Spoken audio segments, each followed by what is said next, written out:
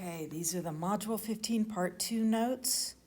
This is hypothesis testing for proportion. So if you think back to last week when we talked about confidence intervals, we talked about proportions first because with proportions we were using z-scores.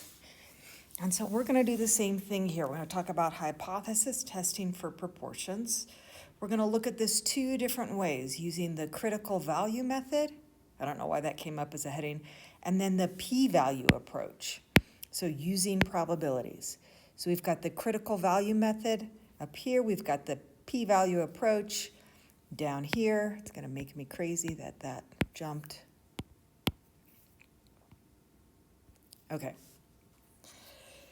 So when we talk about the critical value method, we are looking for z-crit. So that's the critical value z-scores that we are looking for to cut off the required part of the population, that far enough away from the mean that we can say it is unusual.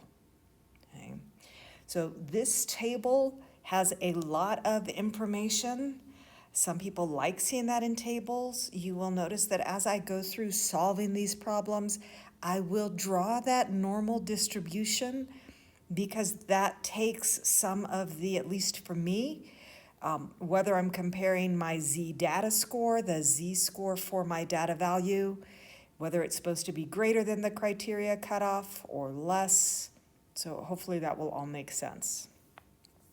So when we use the z criteria method for a hypothesis test,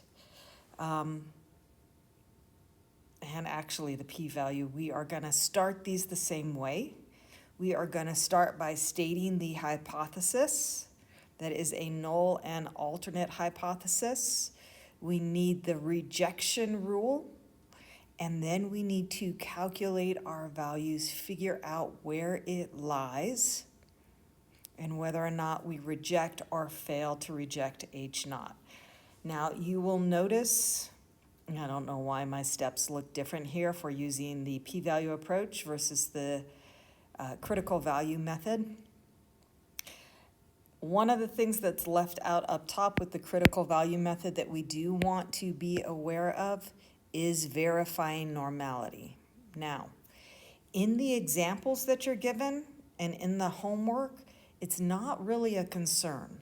But when you do project 2, you definitely want to make sure that your sample size is large enough so that we are verifying normality within our sample, making sure that sample size is big enough. So this part here, super important for project 2. And it's stated in there for you. And as we go through these examples here, I will make sure to point that out. So in both cases, we calculate our test statistic. Z data is our test statistic. That is the z-score for our sample proportion. Okay, and then we're either comparing to the critical value or we are comparing probabilities.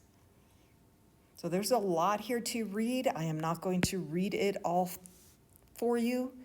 Feel free to read through this and refer back as we go through some of the examples in the following pages.